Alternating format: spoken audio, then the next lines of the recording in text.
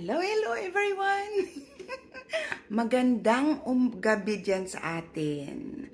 Sa Pinas, syempre, sorry sa kusina ko ha, magulo. At kagigising ko lang dahil itong lula nyo ay may energy sa umaga. Doon ako nagwo-walking or nag-exercise. Kaya papunta ako sa gym, guys. Papunta ako sa gym. Ayan. And guys, madilim-dilim pa sa neighborhood date ko. Medyo madilim-dilim. Madilim na gabi. Ang madilim.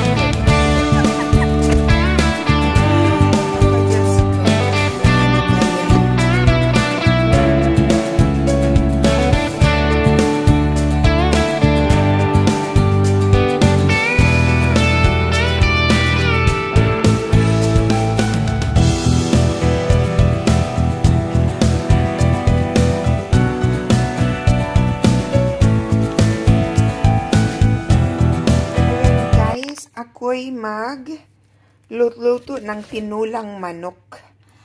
So guys, dahil hindi ako nakakita ng sayote o kaya naman yung papayang hilaw doon sa H-Mart. Wala. Kung ano na lang vegetable ang mahagilap ko dito sa aking refrigerator. Guys, mayroon akong sibuyas, garlic at saka yung ginger. Tapos, ang naghagilap kong vegetable sa aking refrigerator ay ito lang. Ito naman ang aking chicken. Ay, ready na ako maggisa, guys. Pinagputol-putol ko siya ng maliliit. Yan lang. Gisa ko na ang aking manok. Ako, ginigisa ko yung bawang at saka yung garlic ko. Ay linagyan ko na ng black pepper at saka yung salt para habang ginigisa ko ang aking chicken ay magkakaroon na rin siya ng flavor. Gigisahin ko siya ng mga 10 minutos. Tapos pag parang almost cook na siya at lalagyan ko na siya ng tubig. Kasi ito yung na to ay nag-recreate na ng their own broth, yung chicken. Para sa ganun, alam ko kung ilan ang ilalagay kong tubig. Iba-iba lang tayong techniques. Ganyan lang tayo. Ayan guys, ready na. Lagyan ko ng tubig ang aking Instead na tubig ang ilalagay ko guys, ay may chicken broth ang ilalagay ko dito. Amoy na amoy ko talaga yung ginger. Naubos ng aking chicken broth. So, tubig na lang at lalagyan ko na lang ng, of course, yung chicken bouillon. Yan. At pakukuluan natin for 30 minutes yan, guys. Hanggang lutong-luto na ang ating chicken. Tapos, mamaya, pag lutong-luto ng ating chicken ay add natin uli ng salt kung kailangan. At saka yung yung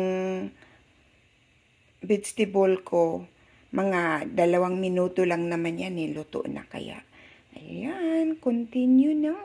At ito na nga ang aking vegetable. Hindi ko alam kung to, parang siya, parang broccoli.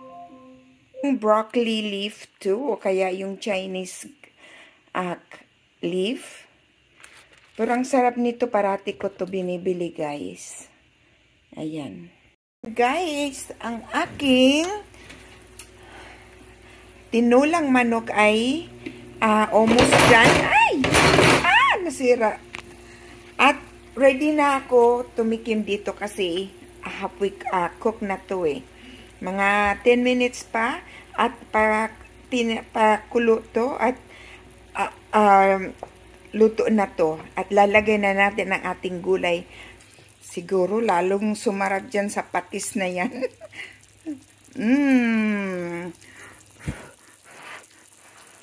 Piskat.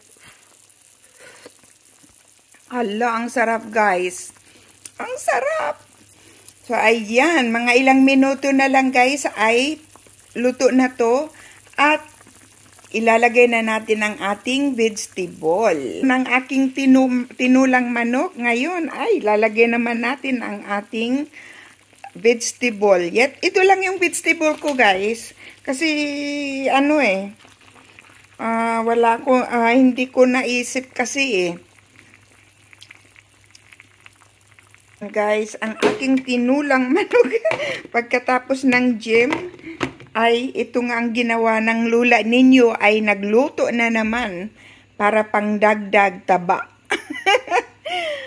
Guys, ang aking tinula ay tapos na. Naku po. Guys, ang sarap talaga. Pero huwag kayong mag-alala. Ikakain ko kayo. Ay, Diyos mio. Ayan guys, ang sarap. Sabaw lang. Super sarap na. Ayan guys. So, itong video ko nga ito ay hanggang dito na lang ang aking video guys. Salamat ulit sa panonood. Parating ingat. Love you guys. Bye!